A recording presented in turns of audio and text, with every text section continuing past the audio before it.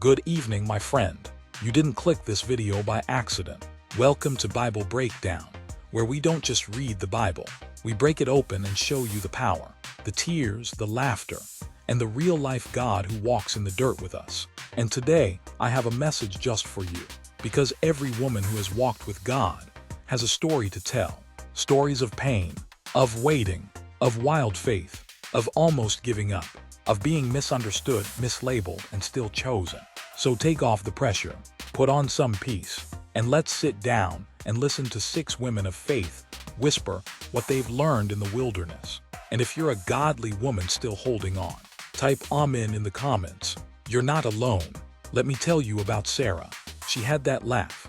You know, the "there's no way God's talking to me" kind of laugh. 90 years old, womb closed, hope shriveled. She had probably stopped attending baby showers decades ago. And then God shows up with a promise. Next year, you will have a son. And she laughed. I don't blame her.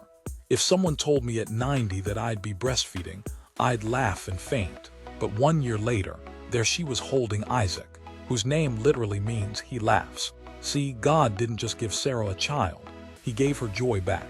So what does Sarah want to tell you? Nothing is too hard for God. Waiting isn't wasting. And your age, your timing, your doubt, none of it disqualifies you. Now hush. Can you hear the sobs in the desert? That's Hagar. She was a servant, a foreigner, pregnant and unwanted. Sarah had sent her away, alone, scared, clutching her belly in the wilderness, probably thinking, no one sees me. And then God shows up, not to the palace, not to the priest, but to the runaway. He speaks gently and gives her a name for him. El Roi, the God who sees me. Listen, I don't know who ghosted you. I don't know what part of your story people pretend doesn't exist. But I know this. God sees you, not your filter, not your performance. You. And Hagar would look you in the eye and say, you are not invisible, not to God. So my daughter, dry your tears and lean in.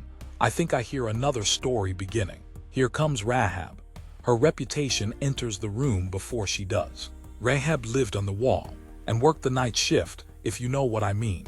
But when spies entered Jericho, she didn't flirt, she believed. She told them, we know your God is real. Save my family. And you know what God did? He took that scarlet cord she hung out her window and used it to rewrite her entire future. Her name, the prostitute, was written into the family line of Jesus. What does Rahab want to tell you? Your past doesn't define you. God can use anyone. Maybe you've got a past that people won't let you forget, but God already nailed it to the cross. So girl, throw out the shame. You're not what you did. You're who God is remaking. Now come sit beside Hannah. She's the one at the temple, lips moving, but no sound coming out. She was barren, mocked, heartbroken. Year after year, her womb stayed empty, but her prayers got louder. She prayed so hard the priest thought she was drunk. Been there. If crying in public made miracles happen, we'd all be living in palaces. But Hannah kept showing up, and one day God answered. She held her baby boy, Samuel, and said, for this child I prayed. What does Hannah want you to know?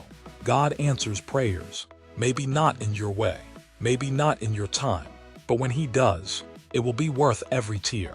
Here's Ruth, a widow, a foreigner, a woman with no plan and no prospects, just loyalty, and a whole lot of I'm going with you, Naomi. She left her home to follow her mother-in-law to Bethlehem. That's not just loyalty. That's God told me to go even when I don't know where kind of faith. She picked leftover grain in the fields just to survive, until Boaz, the kinsman redeemer, entered the picture. And suddenly, God turned her leftovers into legacy.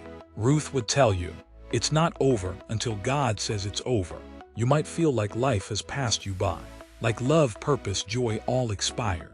But Ruth is proof. God's best sometimes shows up in your worst season. Lastly, meet Esther, the orphan girl turned queen. No royal blood, no silver spoon, but she had beauty and bravery. Until one day, her people were threatened with death, and her uncle said, who knows whether you have come to the kingdom for such a time as this? She stepped forward terrified, but she saved a nation. She could have stayed silent, but instead she said, if I perish, I perish. Esther would whisper to you, trust God, He will exalt you in His timing.